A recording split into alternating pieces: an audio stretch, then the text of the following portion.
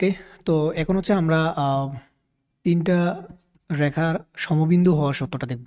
এতক্ষণ আমরা কি দেখছিলাম?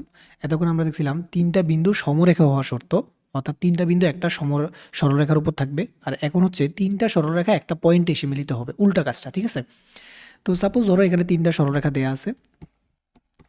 তো এখন এটা আসলে প্রমাণ করার বা এই ম্যাথগুলো করার অনেকগুলো ওয়ে আছে। তার মধ্যে আমি তোমাদেরকে একটা শর্তটা আগে একটু বলে দিই। সেটা হচ্ছে শর্তটা হচ্ছে কি?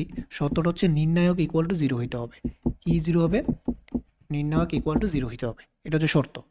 তো নির্ণায়ক ফর্মে যদি আমরা সরলরেখাগুলোকে লিখি, তাহলে এখানে x এর সহগ হচ্ছে a1, এখানে x এর সহগ হচ্ছে a2, তারপর হচ্ছে a3, এরপরে y এর সহগগুলো লিখব b1, তারপর হচ্ছে b2, দেন হচ্ছে b3, এরপর হচ্ছে আমাদের c1, c2, c3, ঠিক আছে? সো এখান থেকে নির্ণায়কের সিস্টেম আমরা যদি করি, তাহলে আমাদের ইকুয়াল টু 0 ধরলে আমাদের অ্যান্সারটা চলে আসবে।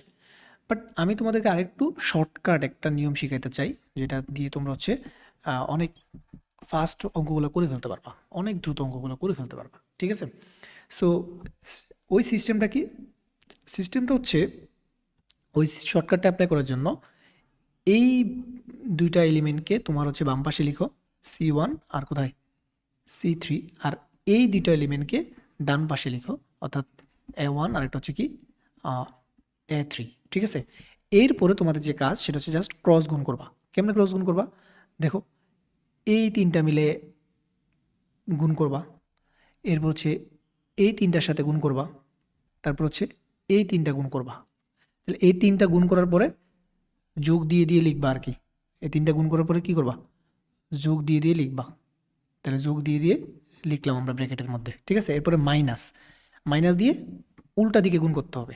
মাইনাস দিয়ে কোন দিকে গুণ করবো? উল্টা দিকে গুণ করবো। তাহলে তোমাদেরকে আমি দেখাই উল্টা দিকে কেমনে করবো। তো উল্টা দিকে করার জন্য প্রথমে তো বুঝতেছো, এটা দিয়ে একটা করতে পারবা, এটা দিয়ে একটা করতে পারবা, দেন এইটা দিয়ে একটা করতে পারবা। তারপরে ওই গুণফলগুলোকে তুমি হচ্ছে যোগ আকারে বসাই দাও।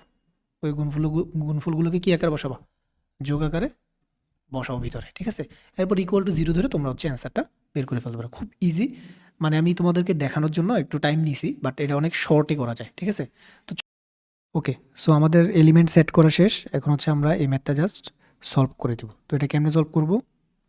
এটা সলভ করব প্রথমে ডান দিকের এলিমেন্টগুলোকে, ধরো প্রথমে হচ্ছে এইটাকে করব গুণ, তারপরে এইটাকে গুণ করব, তারপর হচ্ছে এটাকে গুণ করব। তাহলে গুণফলগুলোকে জাস্ট যোগ আকারে লিখে দিব। তাহলে প্রথমটা যদি আমরা গুণ করি, প্রথমটা গুণ করলে পাচ্ছি 0, তারপর ওটাকে গুণ করলে পাচ্ছি আমরা হচ্ছে এটা ছিল আমাদের 3 3 1 ছিল, তারপর ওটা হচ্ছে 9, তারপর এটা গুণ করলে পাচ্ছি -4b। মাইনাস দিয়ে এবার দ্বিতীয় উল্টা দিকে গুণ করব। তাহলে উল্টা দিকে যদি গুণ করি, তাহলে প্রথম দিকে গুণ হবে এইটা, এটা গুণ করলে পাচ্ছি হচ্ছে আমরা কত? এটা গুণ করলে আমরা পাচ্ছি 10, এটা গুণ করলে আমরা পাচ্ছি কত? 10। এরপরে গুণ করব এটার সাথে এটা গুণ করলে পাচ্ছি আমরা 6a, -6a পাচ্ছি। দেন এটার সাথে এরকম গুণ করলে পাবো 0, তাহলে +0 ইকুয়াল টু 0। তাহলে যদি সলভ করি 9 4b, দেন এখান থেকে আসতেছে হচ্ছে আমাদের -10 + 6a equal to 0। Okay, 4b + 6a -1 equal to 0। তো এটাকে যদি সাজায় গোছায় লিখি, তাহলে হচ্ছে আমরা দেখতেছি -4b এর আগে হচ্ছে একটা মাইনাস আছে, b এর আগে হচ্ছে মাইনাস আছে, আর হচ্ছে 6 এর আগে প্লাস আছে, কিন্তু এখানে আছে কত? 1, তার মানে এটা ওই পাশে গেলে 1 হয়ে যাবে।